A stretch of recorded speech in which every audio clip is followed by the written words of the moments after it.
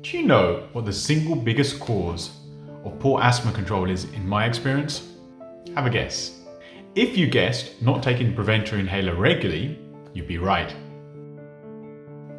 Hello friends, welcome back to my channel. If you're new here, my name is Jignesh Sangani. I'm a practice pharmacist based in South London with a special interest in asthma. In this video, I'm going to talk about one of the biggest reasons for poor asthma control that I've seen: poor adherence. And I'm going to talk about what you can do to help identify poor adherence. I'll start off by explaining what I mean by poor adherence. Then I'll talk about why adherence matters. I'll cover why you should check adherence before changing asthma treatment.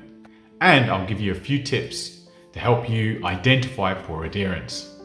I've been running asthma clinics since about 2018, and I've reviewed a countless number of people with asthma. What I found time and time again is that the most common reason for poor asthma control is poor adherence to the preventer inhaler.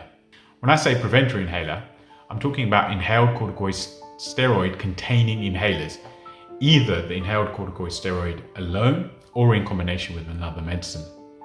Now, why do I use the term adherence?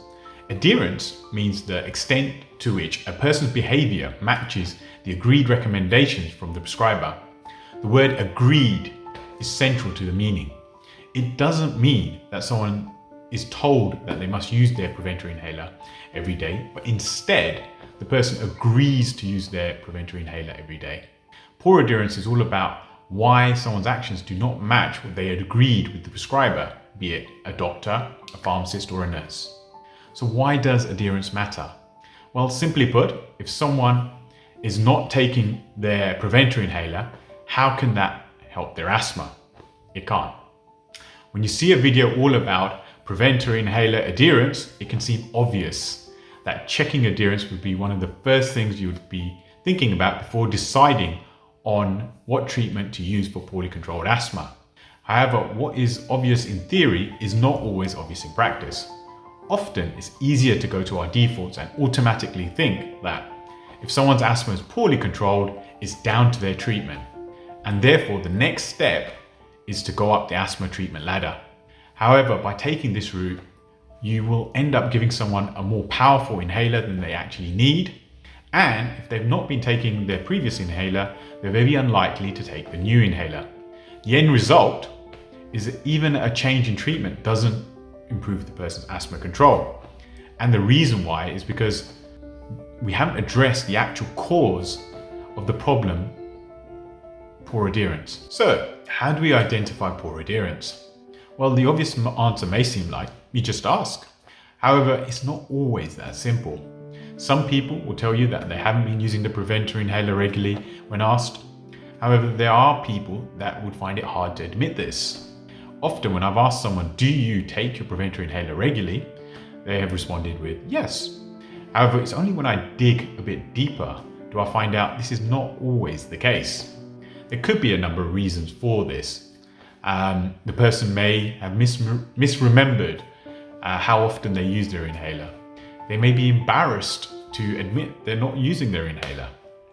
Or they may wish to placate you and give you the answer you want to hear. Whatever the reason, finding out is key if you want to help people take their preventer inhaler more regularly and thereby help them get better control of their asthma. There are two tips that I found really useful to identify poor adherence. But before I talk about these tips, if you found this video useful, it would be great if you could click on the like button below and leave me a comment. The following two tips will help you identify poor adherence. Check when the person last ordered their preventer inhaler and how many inhalers they've ordered in the last year. Take the approach to assume the person has not been taking their inhaler regularly and reframe your question accordingly. Inhaler ordering. If you have access to preventer inhaler ordering information, perhaps within the doctor's surgery or via the pharmacy, this can be a great help to assess adherence.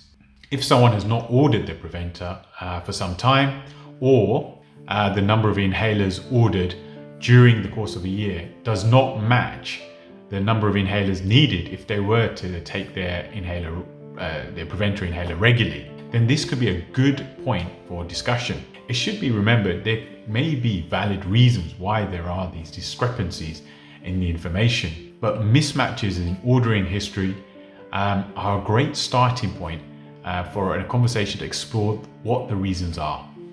Reframe your question.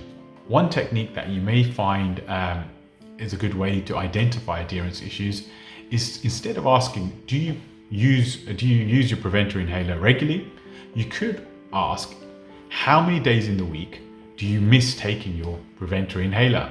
I've found rephrasing the question in this way makes it easier for people to say or admit that they do miss days or don't take the preventer inhaler at all. It takes the weight of expectation that they do use their inhaler regularly away. Using these tips should help you identify poor adherence. If you have other tips that you've used to help identify poor adherence, please put them in the comments down below and let everyone know. So when you see someone with poorly controlled asthma, before you consider increasing their treatment, I hope this video has helped you think, let's check adherence first. Also, I hope you've learned about the questions you can ask and the places you can look to identify poor adherence. I've not covered inhaler technique in this video, which is a massive factor in poorly controlled asthma. I will come back to this in a future video. If you found this video useful, please hit the like button below so more people can learn from this video. And if you'd like to watch more videos like this, then click on the subscribe button below and hit that notification bell. If you have any comments about this video or suggestions for future videos you'd like to see, or you'd like to contact me, you can direct message me via Twitter at Jignesh702. You should be able to see some related videos next to me.